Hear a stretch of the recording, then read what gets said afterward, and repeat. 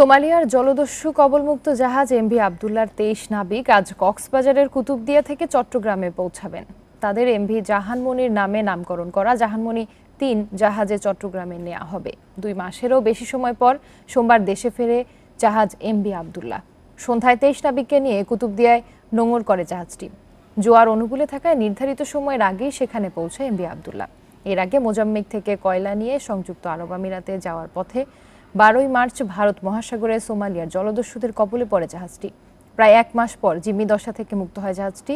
গত ১ মে আরব আমিরাতের ফুজাইরা বন্দর থেকে চট্টগ্রামের উদ্দেশ্যে রওনা দেয় জাহাজটি। টানা ১২ দিন চলার পর সোমবার ভোরে বাংলাদেশের জলসীমায় প্রবেশ করে।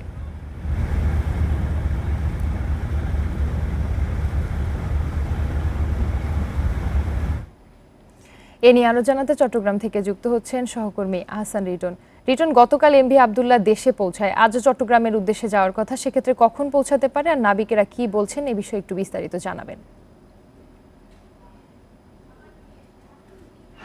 দেখুন, গতকালকে রাতে আমাদের সঙ্গে সেই জাহাজের যিনি ক্যাপ্টেন রয়েছেন ইঞ্জিনিয়ার রশিদ, তার সঙ্গে আমাদের কথা হয়েছে। তিনি বলছেন যে আসলে একেবারে অক্ষত এবং সুস্থ অবস্থায় তারা বাংলাদেশের জলসীমায় প্রবেশ করেছেন। গতকালকে বিকাল নাগাদ তারা বঙ্গোপসাগরের যে বহির্নোঙর কুতুবদিয়া সেখানে তারা অবস্থান করছেন।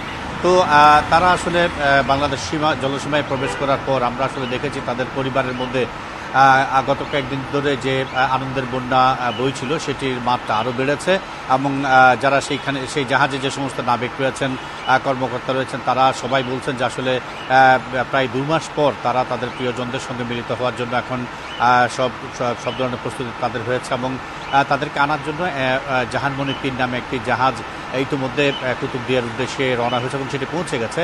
এবং এখন আসলে গতকালকে রাতে সেই জাহাজে যে সমস্ত পণ্য ছিল সেগুলো খালাস করার একটি প্রক্রিয়া ছিল এবং আজকে বিকেল ৩টা থেকে ৪টার মধ্যে চট্টগ্রাম বন্দরের ১ নম্বর জেটিতে তাদের পৌঁছানোর কথা রয়েছে এবং তাদেরকে বরণ করার জন্য তাদের স্বজনরা যেমন অপেক্ষা করছে, পাশাপাশি বন্দর কর্তৃপক্ষ এবং সেই জাহাজের মালিক এসআর শিপিংয়ের পক্ষ থেকে যত রকমের ব্যবস্থা নেওয়ার সব কিছু নিয়েছে। আমরা আসলে এসআর শিপিংয়ের সাথে কথা বলেছি, তারাও যেটি বলছেন সেটি হচ্ছে দীর্ঘদিন পর একেবারে সুস্থ অবস্থায় তাদের যেই নাবিকরা সেই জাহাজটিতে বন্দী ছিলেন তাদেরকে তারা মুক্ত করতে পেরেছেন। এটির জন্য তারা সৃষ্টিকর্তার কাছে শুকরিয়া আদায় করেছেন। পাশাপাশি প্রতি মুহূর্তে তারা আসলে সেই নাবিকদের সঙ্গে যোগাযোগ করে যাচ্ছেন যাতে তারা একেবারেই সুস্থ এবং অক্ষত অবস্থায় চট্টগ্রামে পৌঁছাতে পারেন, তাদের প্রিয়জনের কাছে পৌঁছাতে পারেন।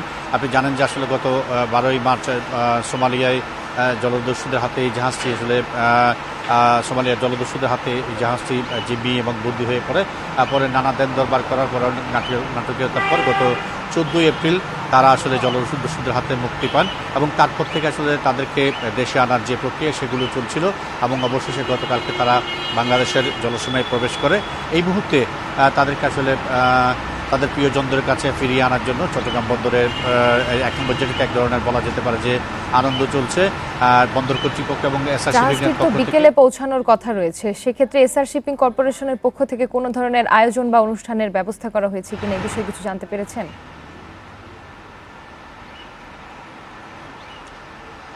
দেখুন, সে ঠিক সেইভাবে কোনো অনুষ্ঠান করেছে কিনা আমরা অনুষ্ঠান আয়োজন করেছে কিনা আমরা জানি না, তবে তাদেরকে বরণ করার জন্য যত রকমের ব্যবস্থা নেওয়ার কথা তারা সব কিছু নিয়েছেন এবং ইতিমধ্যে আমরা এসআর শিপিংয়ের সাথে কথা বলছি। তাদের আজকে যে অফিসিয়াল যে দাপ্তরিক কার্যক্রম আছে সেগুলো চলছে, পাশাপাশি নাবিকদেরকে বরণ করার জন্য যত রকমের ব্যবস্থা নেওয়ার সব কিছু তারা নিয়েছেন।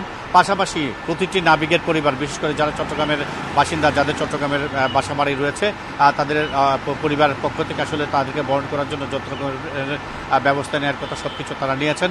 আপনি জানেন যে আসলে এই নাবিকরা যখন বন্দী ছিল তখন একটি মাস রমজান, পুরো রমজান মাস আসলে এক ধরনের উদ্বেগ উৎকণ্ঠার মধ্য দিয়ে প্রতিটি পরিবারকে সময় কাটাতে হয়েছে। ঈদের যে আমেজ সেটি তাদের পরিবারে ছিল না। ১৪ এপ্রিল তাদেরকে আসলে বন্দী দশা থেকে যখন মুক্তি দেওয়া হয় তখন থেকে আসলে প্রতিটি পরিবারে প্রাণের সঞ্চার হতে শুরু করে। আজকে চূড়ান্তভাবে তারা তাদের স্বজনের সঙ্গে মিলিত হবেন এবং সেই বিষয়টি দেখার জন্য চট্টগ্রাম তথা সারা বাংলাদেশের মানুষ অপেক্ষা করছেন। পাশাপাশি নাবিকদের পরিবারও এখন খুশির যে বন্যা সেটি তীব্র থেকে তীব্রতর হচ্ছে। জি রিটন, আপনাকে ধন্যবাদ। চট্টগ্রাম থেকে জানাচ্ছিলেন সহকর্মী আহসান রিটন।